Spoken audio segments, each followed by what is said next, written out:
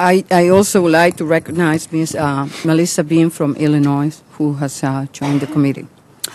Today's first order of business is to adopt the committee rules. The adoption of the rules is central to the work we do and the tone we set in this body.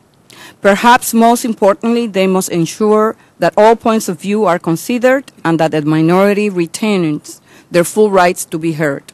In this context, the rules adopted at the beginning of the 110th Congress were a critical departure from the past. This included providing the minority with proportional representation among witnesses and allocating the ranking member with full control over budget and travel decisions. This makes our committee's rule among the most equitable in Congress. This year, we are making two substantive changes to improve the committee's structure and transparency. The first change is to vest each subcommittee with a specific legislative jurisdiction. This is important given the amount of work before us and will help allocate our committee's resources and members' time more efficiently. The second change we are making is to post the committee's votes within 48 hours after they were taken. We are not aware of any difficulties regarding our votes, and they are all available in the committee reports filed with the bills. However, I'm glad to accept this change because it is important to Ranking Member Graves, and it starts the new year off in a bipartisan spirit. This committee needs to run in a cooperative manner, and I believe the best way to do this is to make sure both sides have an equal voice and are treated in a way that is fair. Through adoption of this rule, we will continue this practice. At this point, I would like to yield to Ranking Member Graves for any comments he may have on the rules. Thank you, Madam Chair, and I want to thank you and your staff. Your staff, I know, put a lot of work into this and working collaboratively with our staff. This package does provide continued protection for the rights of the minority and the opportunity for the minority's input in the operation of the committee. I want to highlight four of those rules. First, the rules provide the subcommittee with its legislative jurisdiction. So that for the first time we will have the ability to mark up legislation. This means that the minority will have increased opportunities to consult with the majority about the overall tone and specific provisions of legislative initiatives. This is a very important development for the committee. Second, the chairwoman has also allowed the minority to continue to call up to 1/3 of the non-government witnesses testifying at the committee hearing. This is going to enhance the dialogue presented by the committee with greater diversity on opinion, and we consider policies to grow America's small businesses. Third, except in unusual circumstances, the rules provide that subpoenas may not be issued unilaterally. Any subpoena issued by the chairwoman generally will require a majority vote of the committee. This ensures the minority will continue to be consulted on this very important congressional oversight function. And fourth, the minority is going to continue to have control over 1/3 of the committee's budget. I thank you for that. That shows a lot. It shows a lot about how you're going to run the committee. This rule goes a long ways towards maintaining that collegial tone of the committee. And as a final thought, and the chairwoman pointed out, I want to thank you for graciously accepting our recommendations for the minority. And again, I appreciate you and your staff's hard work on this package. Yield back. Thank you. Are there any members that wish to be recognized on the rules?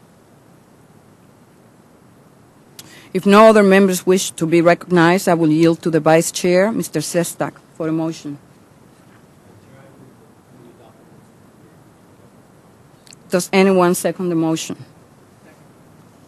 The question is on the adoption of the rules. All those in favor say aye. All those opposed say no.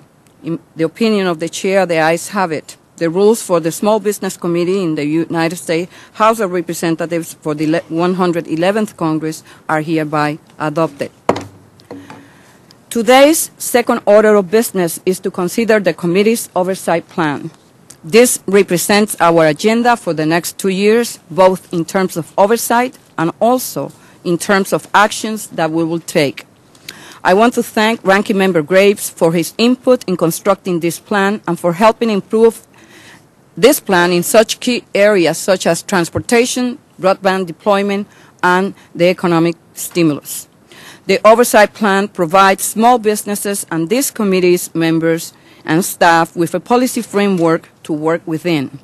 Ideally, we have incorporated all matters that could arise in the next 2 years. But as history has shown us, this is nearly impossible, especially without a magical crystal ball. The oversight plan prioritizes several items for the committee's attention. It includes oversight of federal actions taken in response to the financial crisis. In addition, the committee will examine tax proposals, rising health care costs, and burdensome regulations. This plan will provide members with a sense of our legislative agenda, including reauthorizing the Small Business Administration. I will note the House fully passed this last year, but the other body did not act on it. Through the adoption of this plan, we are establishing a framework on how we intend to proceed to meet the needs of small businesses. I look forward to working with each of you as we begin the new Congress. At this point, I would like to yield to Ranking Member Graves for any comments he may have on the oversight plan. Thank you, Madam Chair. Congressional oversight is vitally important to ensure that the functions of government are being properly administered and managed.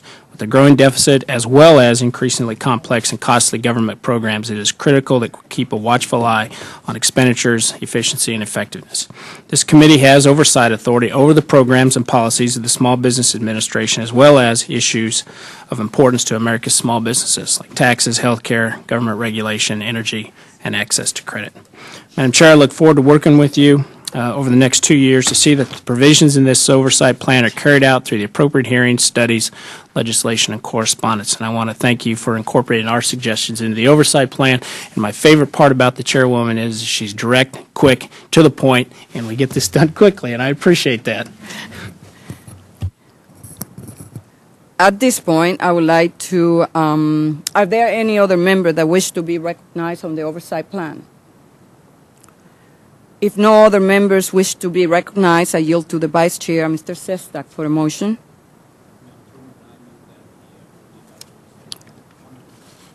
Does anyone second the motion? The question is on the adoption of the oversight plan. All those in favor say aye. All those opposed say no. In the opinion of the Chair, the ayes have it. The oversight plan for the Small Business Committee in the United States House of Representatives for the 111th Congress is hereby adopted. With that, the Small Business Committee organizational meeting is concluded and the committee is now adjourned. But before we adjourn, I just would like to recognize Mr. Dennis Moore from Kansas, who has joined us, and Mr. Michael Michaud, right? And Dan Lipinski from Illinois. Any other new member here? Dan, Mr. Gray? I actually introduced him. Okay, very good. Well, the committee is now adjourned. Thank you.